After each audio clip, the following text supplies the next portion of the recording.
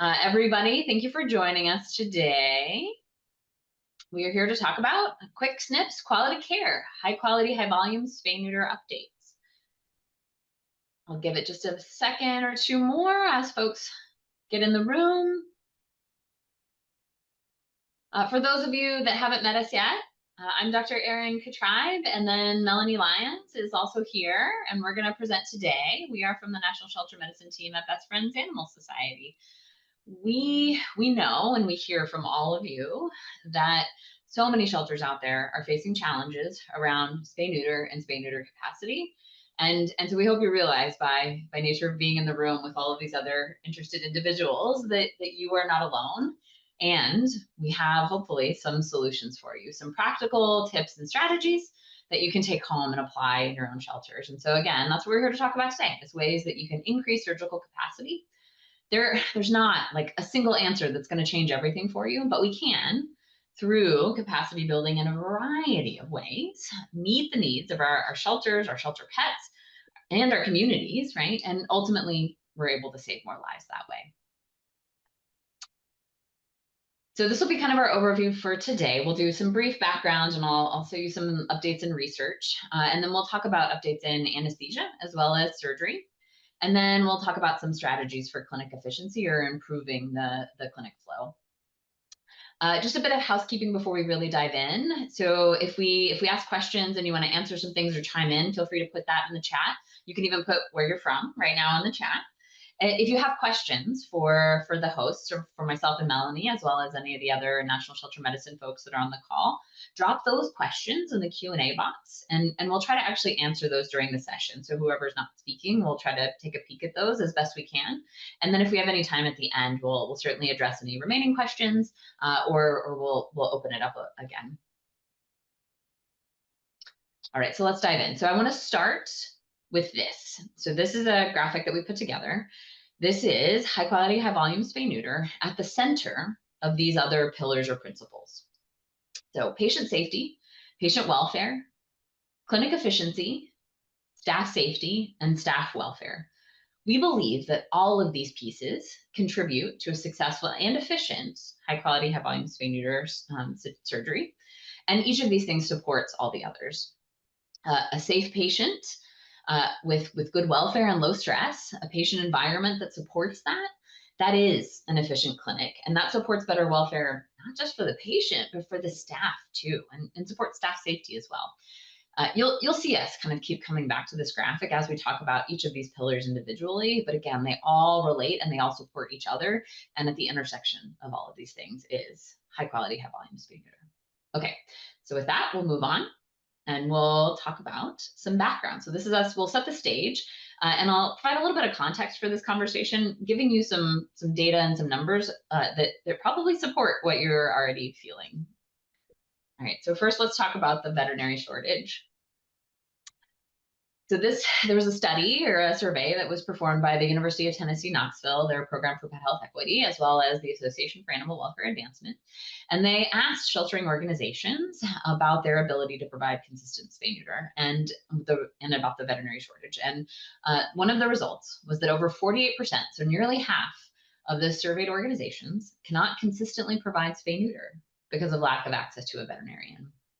Of the shelters that were surveyed, 1 out of 4 of those shelters had at least one open veterinarian position. If we extrapolate the number of organizations that answered this survey to the number of brick and mortar shelters across the country, that would be over 1,300 veterinary positions open just in shelters. We're like not even talking about private practice. So 1,300 open veterinary positions, and the survey is even a couple years old now at this point. I know that many of you out there are likely at or over capacity, especially for large dogs. And so this next bullet point is also critical. The survey found that length of stay was shorter for pets and shelters that have a vet on staff, right? And so not only is this veterinary shortage affecting our ability to provide care generally, but it's affecting our ability to move animals through our systems. And that ultimately means it's affecting the number of animals on site every day, and ultimately it's affecting life-saving. Okay, so next, let's talk about this pair of studies. One of these came out shortly after the pandemic had started, so early on, and then there was an update that was done fairly recently. You all lived this, you all know, right? Early lockdowns in the beginning of the pandemic resulted in reduced capacity for spay neuter services. It resulted in some inefficiencies, honestly, in our clinics. And there was an initial study done looking at a common software used across high volume clinics nationally in the United States, and found that when they extrapolated those numbers, that there was a decline in surgery that resulted in a deficit of 2.7 million spay neuter surgeries. And so that was that first paper. 2.7 million spay neuters behind, right? The authors of the paper updated it and took another run more recently, and that was published in March 2025. Clinics haven't recovered. We are now at an estimated 3.7 million spay neuter deficit. And so this is huge, right? And this, I think, again, this is not surprising information. We lived this, we felt it happen. We are still suffering the effects of the pandemic, and we haven't caught back up again. And every day it still feels like we continue to get behind. And in fact, the numbers to a degree support that. What does this actually look like in shelters? And so our team, with the National Shelter Medicine Team of Best Friends, we consult with shelters across the country, and we visit those shelters. And this is kind of what we are seeing large scale. It's limited surgery availability, right? We can't keep pace with the needs of the animals in the shelter, and certainly not the community. What ends up happening is animals get stuck and they wait in the shelter while they're awaiting surgery. And ultimately, this results in, sometimes in some situations, really tough decisions that have to be made if we're short on space in those shelters. And even if we're not, even if we have the space to hang on to them, those animals are still waiting in the shelter, and they suffer the detriments that a long shelter stay results in. Things like additional stress, illness, things like that. We know that the shelter is the most dangerous place in terms of things like risk of infectious disease. And again, ultimately, in the worst case scenarios, right, if we have to make tough space decisions, or if animals are just getting so sick or behaviorally declining, we end up having to make some of those really tough decisions, and those lives are lost. All right, so what are some of those solutions? And so, of course, increasing our internal surgical capacity, right? If we can do more surgeries, if we can do surgery more efficiently in our programs, that results in more capacity, and hopefully we can not only even, keep up with the surgery that we need, we can hopefully address some of that backlog. Are there places that we can look at externally and identify outside clinics or outside resources that we can utilize? We'll talk about these first two in a lot more detail today, but I also want to call out to you this third option. This idea of releasing pets on a waiver or a foster to adopt or some sort of adoption contract. I know, I can feel it from the room right now. I can feel those heart rates go up a little bit, blood pressure goes up, right? Like, this makes us uncomfortable. We don't like it. We don't want to put animals out into the community unsterilized. And I feel that. I feel that myself. I'm here to tell you that it is okay to put pets back out into the community unsterilized. We can release pets and trust that the public is going to bring them back to us to have surgery here, or in some situations, they even proceed with surgery on their own. They find spay neuter through other avenues. The reality is that most humans, most adopters actually do want their pets sterilized. And so if they have the resources, a lot of times they will actually seek that out on their own. We have one report from a shelter in Wisconsin, and they found that when they started utilizing post-adoption contracts, so they let those animals go on a waiver, folks signed, said they would get their pet sterilized, they would come back for that. The shelter's length of stay went down significantly, and only 10 adopters out of more than 3,000 placements annually were non-compliant with their contracts. And there were other benefits too that the shelter found, like the adopters sometimes got a lot of that care externally that the shelter would have otherwise typically provided, things like booster vaccinations on puppies and kittens. And so that resulted in even more financial savings than they were initially anticipating. And so this last one, this idea of releasing those pets up to the community and trusting in your adopters, this is really about weighing that risk of disease and the impacts that being over capacity at your shelter, the impacts that this has on both the pets and the people, including the shelter staff, and in some situations, even the risk of euthanasia for space or preventable conditions if we're hanging on to pets for extra days at the shelter. And so while, of course, we want to increase our surgical capacity, and we'll dive into that a lot today, that is a longer term solution that takes time. Yes, it's a much more sustainable solution for sure when we think about like the overall population, and we want to provide this. However, letting pets go on a waiver or a foster to adopt, right? Like that's going to let you save lives today, right? And improve the welfare of the pets and the people that are in your care. So if you have yet to consider it, I offer you that and encourage you to think about that. All right. Next, I want to present to you a little bit more data as a background. So we have this study that looked at perioperative mortality in cats and dogs undergoing surgery at a high volume clinic. One of the questions that I think probably those of you in this room aren't actually asking, you probably already know the answer to this, is high quality, high volume spay neuter safe? And I think from us, we would give a resounding yes. And I know that you believe that, right? But that is a question sometimes that we get from our community, from general veterinary practitioners. And so I want to provide you with some data and some statistics to be able to answer this question. This study found that mortality in HQ-HVS clinics is nearly tenfold lower than it is for private practice and specialty. So we have this study looking at that perioperative mortality, and we have a different study that was a multi-facility, large scale study looking at just healthy animals when you pull out that population that was healthy in general practice and specialty hospitals, and found that the mortality rate in spay neuter clinics was actually tenfold less. So we have that. And studies in human medicine have found that complication rates are lower when physicians and clinics focus on a single procedure, right? That's not surprising. You do one thing again and again and again and again and again, and you really hone and refine that skill, you get really good at it, right? And the same is true in medicine, in humans, and it is true in spay neuter surgery.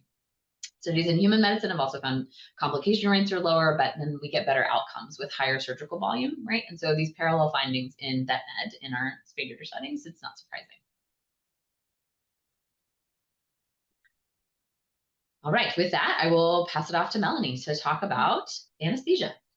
Yes. Okay. So now that Dr. Erin has kind of set the stage, we're going to dive into a little more of the nuts and bolts about high quality, high volume spay neuter, what some updates are, what are some principles of running a safe and efficient program, and how we can increase our capacity. So we're going to start with anesthesia. And there is a theme throughout all of this, and it's patient safety combined with efficient patient flow. And you can balance both of these priorities and do it well. So just want to make that point. First, we need to look at a good anesthetic plan really does start from reducing stress the moment they arrive in the clinic. This is beneficial for the patient welfare, and we know we know that stress leads to a fight or flight response that can cause anesthetic complications. So let's start by mitigating this stress as early as possible. The ideal is that a dog gets their oral pre-med along with their weight and exam as they walk in the door. And if possible, even maybe before they walk in the door, if they can get the meds on board. Then they're placed in a kennel until it's time for an IM induction. For cats, we do typically wait till all the cats have arrived and then try to look at all the cats and weigh them and do their exam all at the same time, and then also give gabapentin at that time. It's easier to kind of do all cats once versus, dogs do them as they come in. If you are using a two-step induction process, meaning, the injectable pre-med and then an IV induction, this may also look like giving the injectable pre-med at entry as well. We do caution against pulling animals out too many times out of their kennels. It's more stressful and definitely less efficient. So keeping that in mind. Whatever you do here, the goal is to minimize excess handling. And not only does this result in a less stressful situation for the individual patient, but it does make for a quieter clinic, which is beneficial for everybody, including our staff. And you can give gabapentin to your TNR cats. This There's a study that shows stress scores were lower in cats that received gabapentin with no adverse side effects in the cats that received it. And this picture is showing giving a little oral gabapentin with a Tomcat catheter. Obviously, when they're frozen and you can do this, this is great. Obviously, you don't want to be wrestling, but it really does help make their lives a little bit smoother.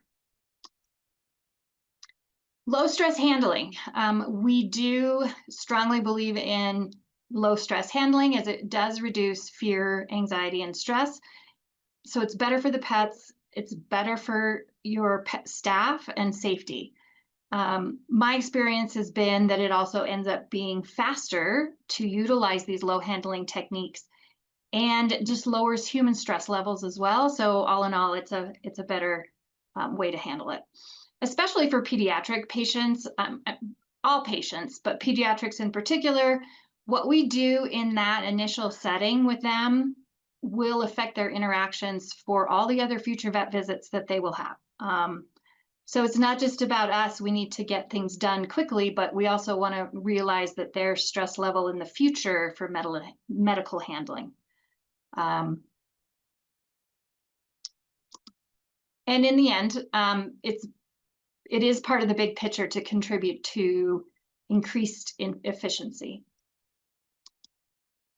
So an induction, if you're doing an IV induction, pre-medication would be administered ahead of time, obviously, to reduce the stress associated with restraining for the IV placement and administer of drugs.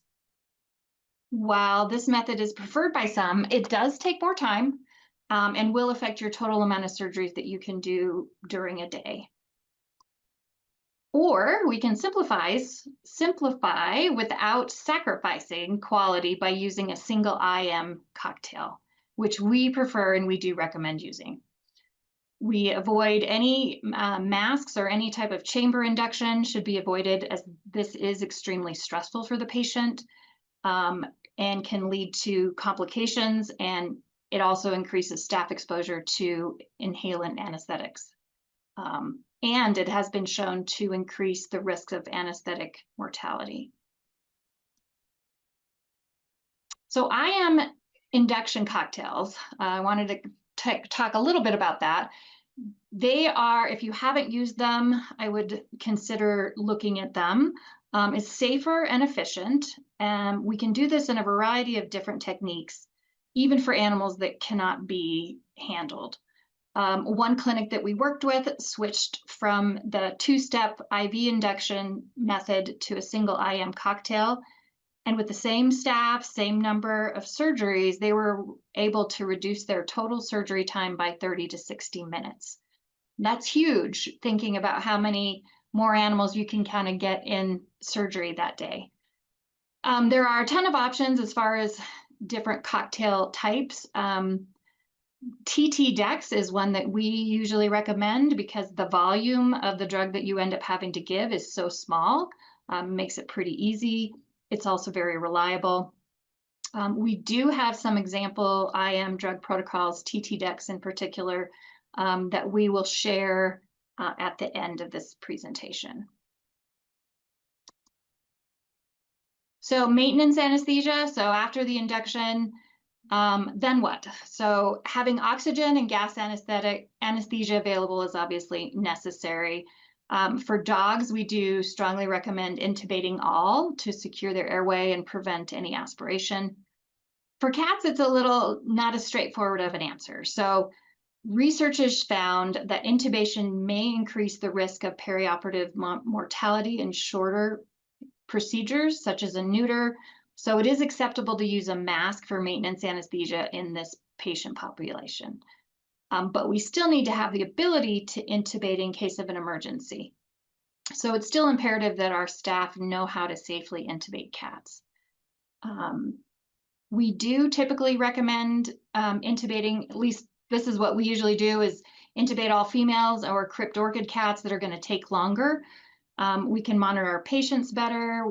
We can use audible equipment such as a pulse ox, which are more difficult to monitor if they're not intubated. And as we'll talk briefly, the most common complication is apnea. So we can address this more rapidly if we have a catheter or a ET tube in place.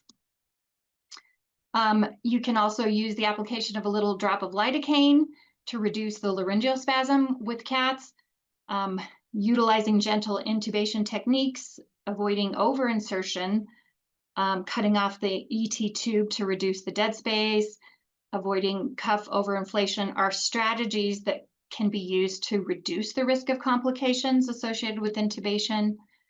But as in this picture, this is a technician intubating in a kind of the upside down or dorsal position.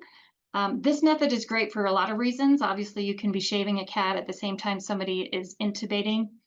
And it tends to be easier because the epiglottis kind of sits down. So if that is not something you've ever heard of before, I would definitely recommend checking into.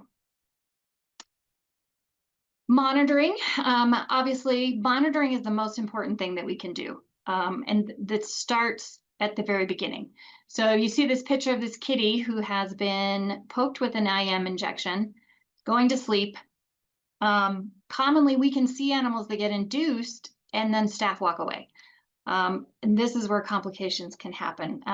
So for instance, this cat in this photo, you wouldn't normally leave an animal in a room under anesthesia, so you've got to remember that you shouldn't leave them unattended after an induction because that is when it begins. Watching sleeping cats. So drug cocktails can cause apnea. So, and while it's easy to reverse by intubating and providing oxygen, we do have to identify it rapidly. So it's important that we have eyes on those animals once they have been poked. For programs that are doing high numbers, this can be a volunteer, such as what's in this photo here.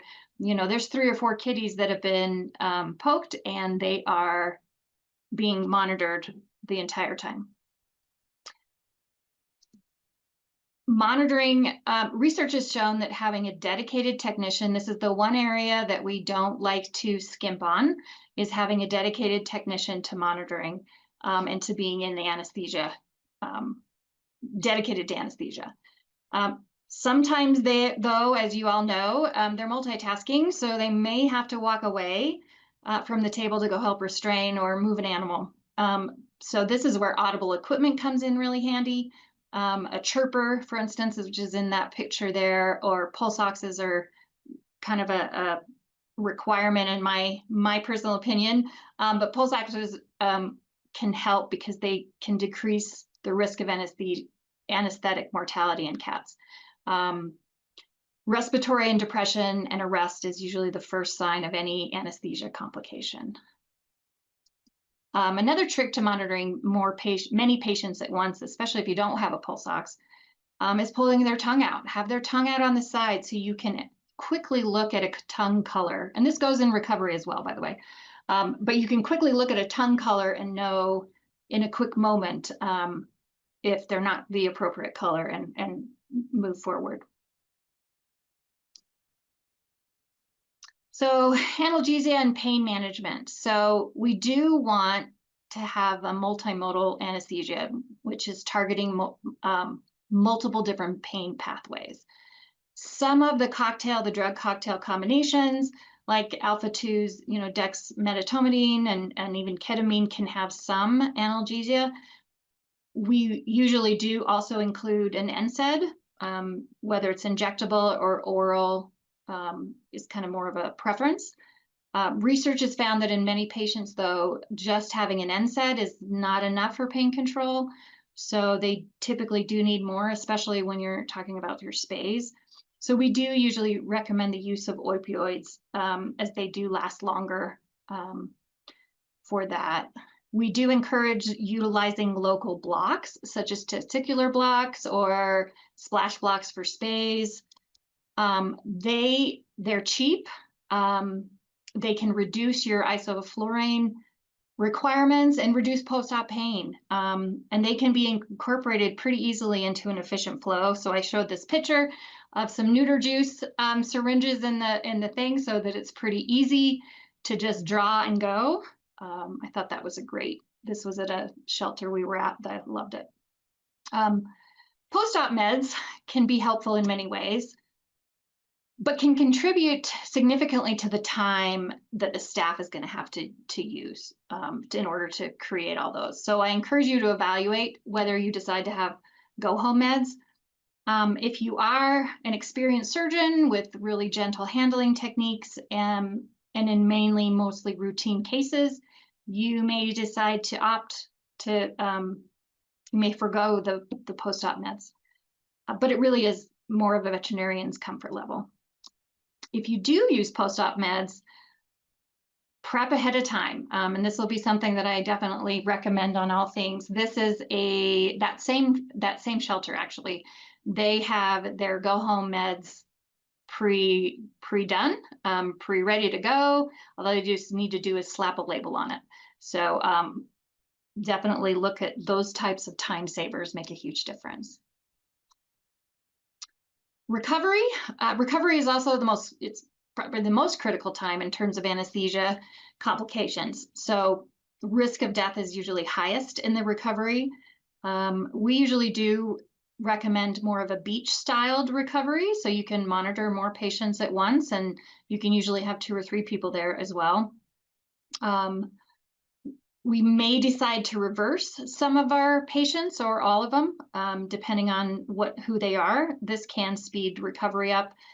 Even a partial reversal can sometimes give a faster recovery, but is a little smoother than a full dose. That usually helps with dysphoria. We do typically choose to reverse our pediatric patients or any animal in general that's slow to recover. And sometimes that's something you need to decide if you're getting a little backed up, you need to kind of make those decisions about, all right, is this animal ready? And maybe you can give a partial reversal to help move them along, just so we can manage the entire surgical population more safely. So early extubation. How many of you were trained to wait until 2 swallows? I'm guessing most of you. But there is no study that says that we need to wait for that sign.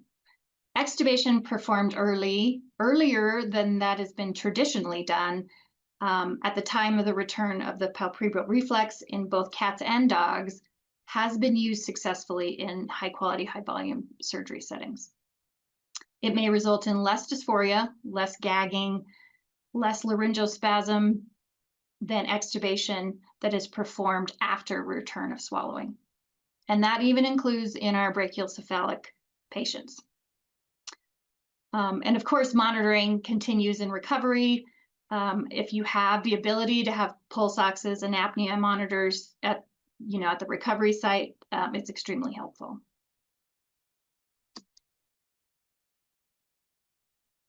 So our pediatric, oops, sorry, just kidding.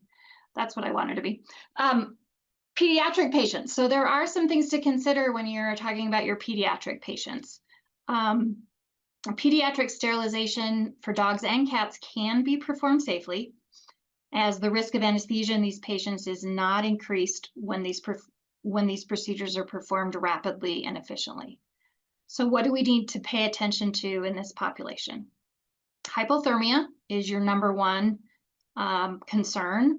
When a patient gets too cold, it can lead to bradycardia, decreased cardiac output. So providing adequate heat support before, during, and after surgery is very important. Pediatric patients can be potentially higher at risk for hypoglycemia. So we do recommend a small snack as soon as they wake up. Research has found that healthy 8 to 16-week-old kittens have had normal glucose levels through the perioperative period, even if they were fasted before a spay-neuter. Pediatric patients also may experience more sedation from anesthetic drugs due to just the immaturity of the blood-brain barrier. So we usually recommend reversing the dexdomitor afterwards. And it is worth mentioning that most organ function, including liver and kidney, has reached adult capacity by the time they're 6 to 8 weeks of age. So it is safe for them to handle the anesthesia. And what about NSAIDs for these little guys? Single dose meloxicam has been labeled for use of at 6 weeks of age in the UK. Unfortunately, there's very little published evidence that is available regarding the use of NSAIDs for pediatric patients, although many clinicians are comfortable with a single dose of NSAID in a healthy, hydrated pediatric patient. So preventing disease and transmission, and this is something we could just talk all day about. But when we are doing surgeries in shelters, we do know that the risk of infectious disease is significant. And so how can we do things in the surgery room to make sure that our patients are safe and also keep the disease from transmitting, especially when we're moving 30, 40, 50 patients through the hospital a day. First thing is to know that healthy appearing patients can be contagious. Parvo and Panleuk and distemper all shed before clinical signs start. So a happy, bright looking little puppy could be shedding parvo without you knowing. So we do recommend having like a blanket or a pee pad that follows the animal throughout the entire process, from the beginning to the end, and that patient stays on that blanket or towel to help kind of minimize anything being spread. We also recommend using calcium hypochlorite, which is the pool shock, if any of you have heard of that. Or you can use like a disposable bag, which this shows. But just to keep in mind, when you're talking about your pulse oxes or anything that's touching, the mouth, Clorox and alcohol does not reliably kill parvo and Panleuk. So just using those items, we do not recommend. Gloves, biosecurity precautions, obviously for higher risk patients. We usually recommend wearing a new set of gloves for every patient, and again, minimizing how much contact you have with them. And then All right. CPR. Then I'll turn it back over to you for a second. Sure. So, of course, in our high quality, high volume settings, we hope that cardiopulmonary arrest and that the need for CPR, like that never happens. But as I'm sure you all have experienced, when you're doing these really high volumes of surgery, it is ultimately inevitable that this is going to happen to you and that you're going to have a need to practice CPR. And so many of you in the veterinary profession may be familiar with what's called the RECOVER guidelines. The RECOVER is an acronym. And if you're not, what these are is evidence-based guidelines for CPR in veterinary settings. So based on the veterinary literature, what we have, as well as based on some of the human literature. If you've ever taken any of those trainings or looked into that, one of the challenges with the RECOVER guidelines is they're sort of thinking about things in like a specialty clinic sort of setting or emergency room setting where you have lots of fancy equipment and tools. And there's lots of different reasons for arrest. In our world, we don't have as much fun toys to work with. And essentially all of our arrests are related to anesthesia, right? And so based on that, I've taken that RECOVER algorithm and simplified it down to address the reason that we see arrest in our setting, as well as the lack of some of this extra equipment. And the reality is, for the kind of arrests that we see, we actually don't need all that extra fun stuff like ECGs and defibrillators. So we have the simplified algorithm for you. I'm not going to go through it in detail, but we do have this for you available in the resources that we'll share at the end. And in conjunction with that protocol or that altered algorithm, I would present to you an opportunity to practice. And if I had to give you one strategy for increasing your success at CPR, it's going to be this. It's going to be to practice as a team. Practice, practice, practice. This was an example of a CPR dummy that I created. So just by getting some plastic tubing on Amazon and sewing that in, so a fake trachea, this little one, I went, I did some extra steps and gave her some veins for catheter placement, as well as even like a little squishy ball sewed into her chest. But you don't even have to do any of that, really. Like the intubation is probably the most important part, and the rest you can just do the motions, right? And so this is an example of us doing a CPR lab. You can see the algorithm printed out right there. You will experience it firsthand. The first time you do it, it feels, everybody's flustered, it's chaotic, it does not feel good. And then even by the second time, right? Like it feels so much better. You know what to expect. And so by practicing this with your teams, you can make it such that that actual animal, when they arrest, it doesn't feel flustered and panicked and chaotic. And your team actually knows what to do, and it feels much more calm. And then you'll have a better chance at actually getting that patient back. So I invite you to get crafty, make your own CPR dummies, and then practice this with your teams. All right, next we have a very limited set of updates in spay neuter surgery. And because we are limited on time today, I am going to stick to managing some common surgical complications and some updates around those, because I think that is really going to be the primary place where we can have some impact. So let's talk about a couple of different surgical complications and how we recognize and manage those in the high volume setting. So the first one we'll talk about is going to be postoperative hemoabdomen. And so what patients are at risk? And so the classic patients I think about are going to be essentially our large space. So pregnant dogs, in-heat dogs, dogs that have had lots and lots and lots of litters. Sometimes we're doing surgery in locations that have a lot of tick-borne disease. And so if these are the animals are at risk, what are the extra steps that we take to hopefully prevent us from having a bleeding complication?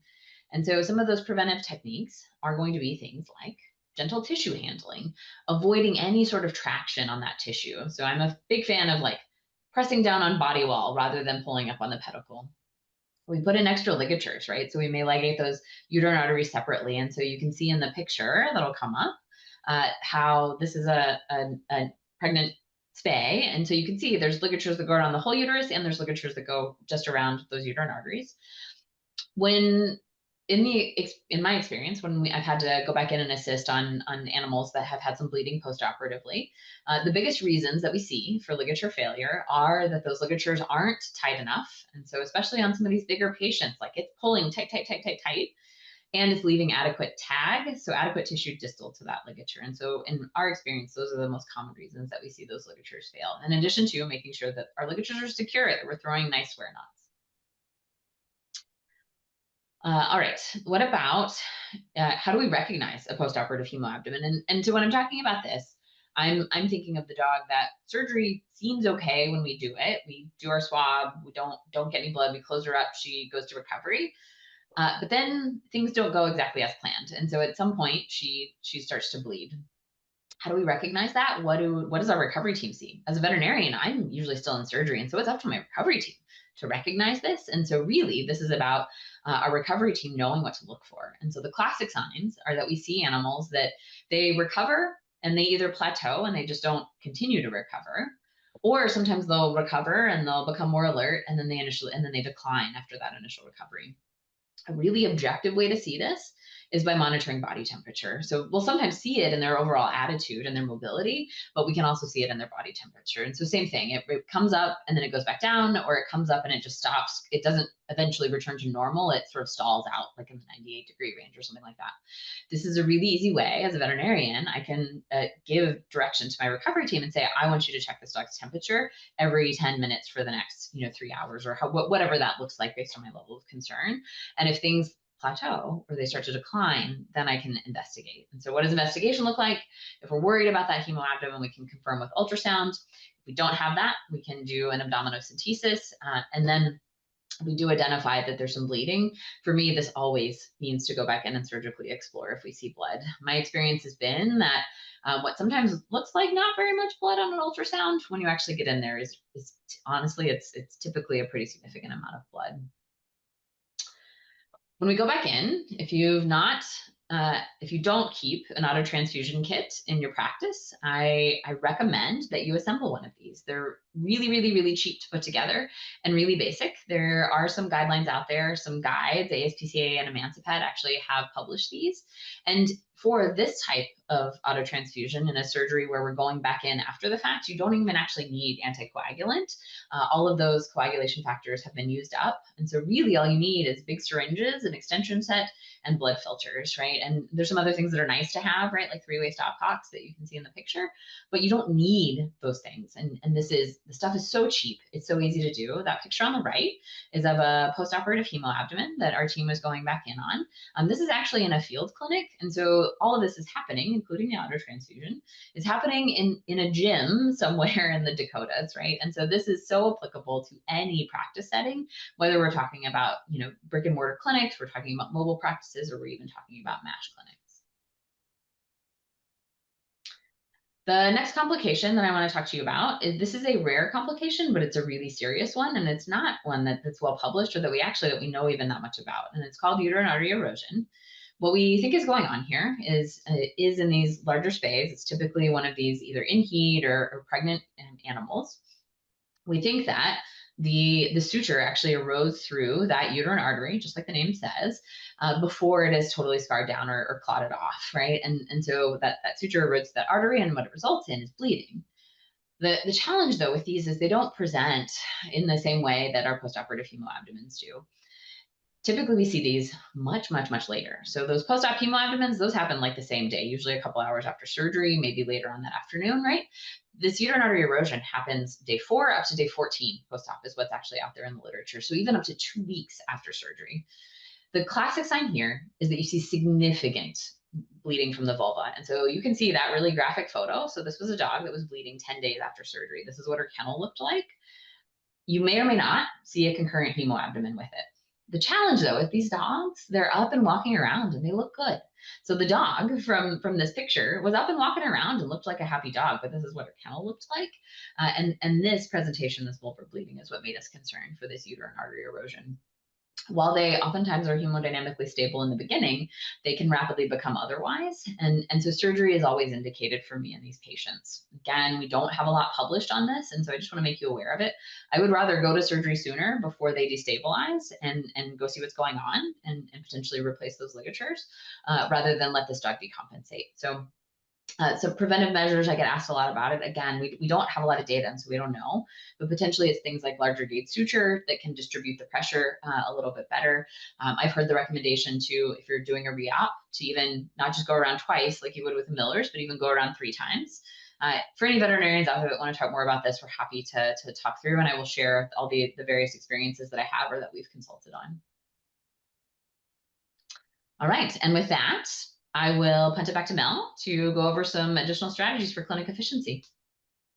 Yes. So kind of as we move into some additional strategies for efficiency in the clinic, I wanted to kind of just show this brief time lapse of a high quality, high volume clinic. This is a MASH clinic, and it's going to be super fast. But when one thing I want you to kind of look at when I'm doing this is find the veterinarian and see what the veterinarian is doing compared to what everybody else is doing.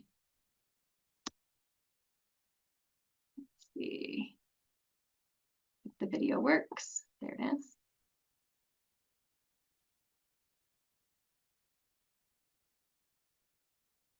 Okay, super fast. But in case you didn't catch it, the veterinarian is basically pretty much stationary. He's standing there.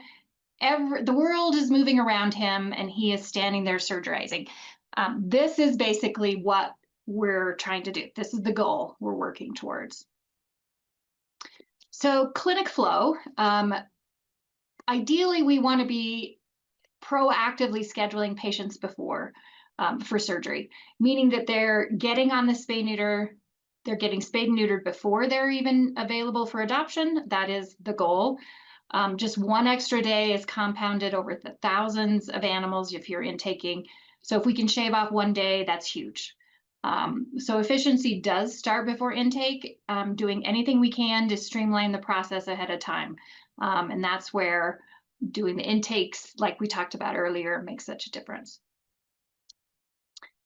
So for clinic flow, in many ways, the first patients that you're looking at doing are usually the larger ladies because they're going to take typically the longest. If you have enough staff, you can get started drawing up all the drugs beforehand. You can get started before the drugs are even done. You can get started on surgeries while you're still drawing up drugs for everybody. Another way to decide who goes first is, maybe you're going to alternate male and female, and then save your cats for last. You have two options when it comes to drawing up your drugs, and I wanted to show this photo of pre-labeled syringes, which just makes my heart sing, all ready to go so that there's not any time wasted to label anything. You have two options typically. You can get all your drugs up ahead of time. That includes your reversals, or you can just get all your induction drugs ready and then have your prep techs or your recovery techs draw up any of the other drugs, such as the ancillary medications, NSAIDs, reversal, that sort of thing. That has a lot to do depending on how many staff members you have and where your bottlenecks are.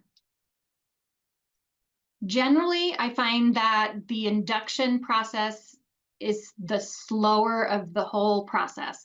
And because of that, I usually find that that's the area that we can try to cut some things out. So when it comes to doing vaccines or heartworm tests, that sort of thing, we typically recommend doing those at the end on the recovery end versus the induction end, just to keep that induction part moving. And then, of course, there's the paperwork piece, which is everybody's favorite. There's no real right way here. There are great softwares now that you can even virtually go paperless, but maybe it's a hybrid. Maybe it's just old-fashioned papers that you're doing. You have to kind of see what works for your setting. But whatever you decide, getting things prepped ahead of time and have it ready to go is definitely a key in preventing this as a bottleneck. So utilizing support staff, that is a big one.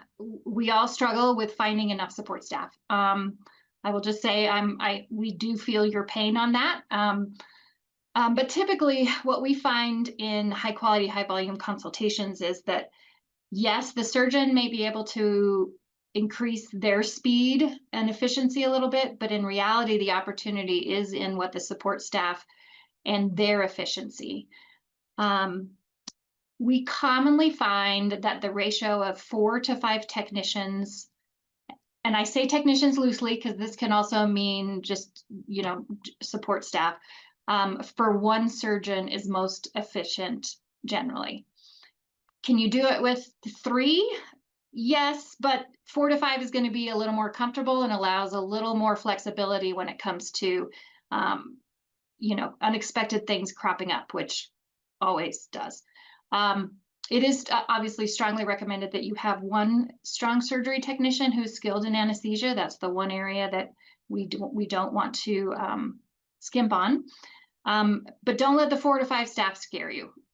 These can be trained assistants, they can be kennel staff, and then they can even be volunteers. I don't want to diminish the need for experienced technicians by any means, but that may not be feasible where you're at. So with appropriate training and guidance, you can provide a well-run surgery team. And we do have data, by the way, to support that increasing support staff increases the number of surgeries you can do per day. And then the volunteers. I love using volunteers. And I worked at a spay neuter clinic, and we were pretty against having volunteers initially, and we, by requirement, needed to kind of change that mentality because we didn't have enough staff. So using volunteers, I know a lot of places can be concerned about that, but they can prove to make or break a high quality, high volume spay neuter clinic. So you need to handpick them. Retired nurses are some of the best ones I've ever worked with. Train them and cultivate them. We do have a few volunteer positions, by the way, job kind of examples that are also in the resources that I'll share with you at the end, but they can be instrumental. So ideally, what we don't want. So we want to minimize downtime for the surgeon. The surgeon is the most expensive person there in that room, as well as, you know, the busier we can keep them, the more animals we can get sterilized. In this practice means that the surgeon doesn't move much. Their gloves should be changed and promptly moved to the next patient. Dr. Erin here is standing here, and it looks like she's going to tap her feet, but that's actually, it's just letting you know that this is what we're kind of trying to avoid. Even if there is just even a 3-minute delay between finishing one surgery and starting the next surgery, the wasted time for that surgeon overall can be up to 90 minutes a day. So just thinking about that. So the goal is that, and I'll show this little video and I'll just kind of talk through it as I play it. But as you can see, Dr. Erin actually is just finishing her surgery on the one table. I am on the second table, just finalizing and making sure that that patient is set up and ready to go. I already have her pack opened up for her. Her blade, her suture, everything is there. All she needs to do is throw on her gloves and she's good to go. So that's kind of the ideal. That's what we're shooting for.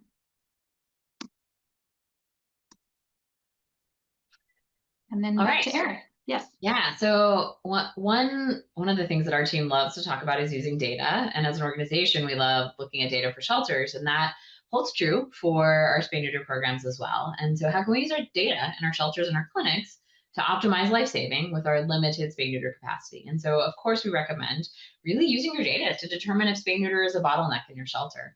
Can we use our data to figure out how long animals are waiting, right? If we're holding on to them for spay neuter, how long are they getting stuck into this in the system? And remember, in the situations that we're talking about, even one extra day on length of stay every single day can matter. When this is compounded over the course of the year and potentially hundreds or thousands or even tens of thousands of animals, that's thousands upon thousands of extra care days. And this is potentially hours of staff time, right? That your staff could be doing something else. I have a little math example that I'll share with you. So if we say we have an open intake shelter, Mel, go ahead and advance to the next slide. Sorry. Yeah, there you go. So if we have an open intake shelter that has an annual intake of about 5,000 dogs, and say our average length of stay right now is 14 days. So if we do that math and we figure that out, that means that we have 191 dogs on site every single day.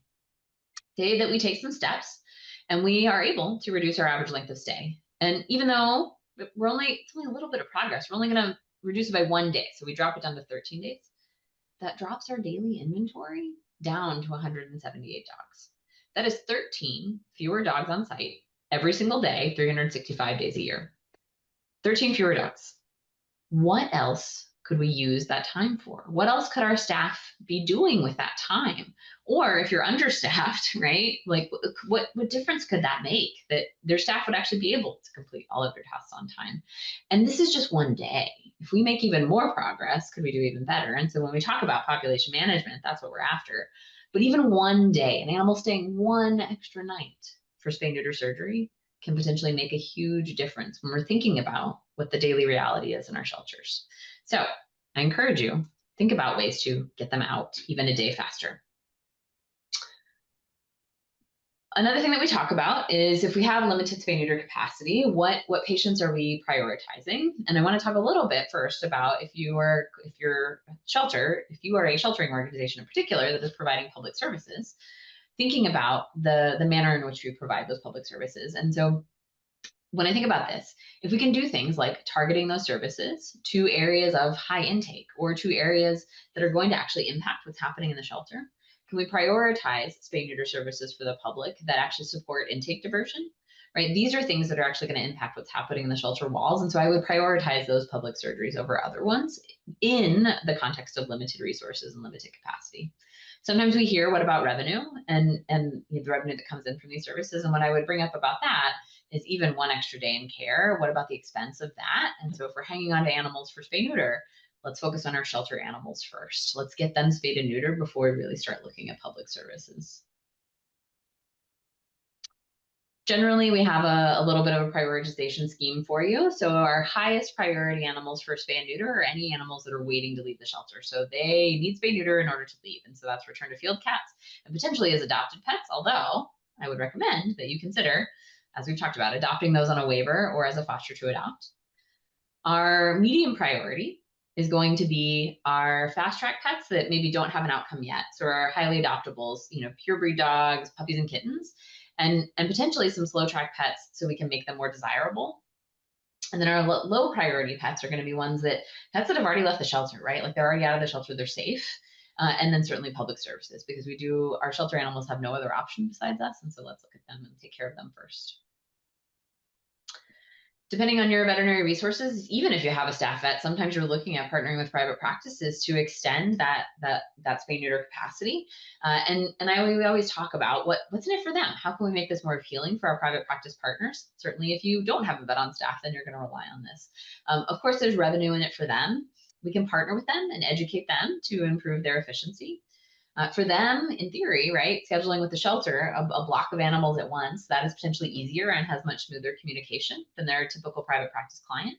We can give them some marketing and some promotion. And then, of course, let's engage them in the mission. They get to contribute to life-saving. Some of the common concerns or challenges that we see are things like disease transmission. And certainly we can have conversations about that, right? Like we know about infectious disease in shelters, so let's help them prevent that disease transmission. And then of course, limited bandwidth. But again, this is where we have the opportunity to help them. I encourage you to go out and meet them. You can even sponsor a CE event. And so this was an example. We wanted to engage the private practitioners in the community for return to field and community cat program surgeries. And so we sponsored this continuing education event. Veterinarians love free CE and they love dinner, right? So invite them to an event. And certainly like a shelter open house or a clinic open house.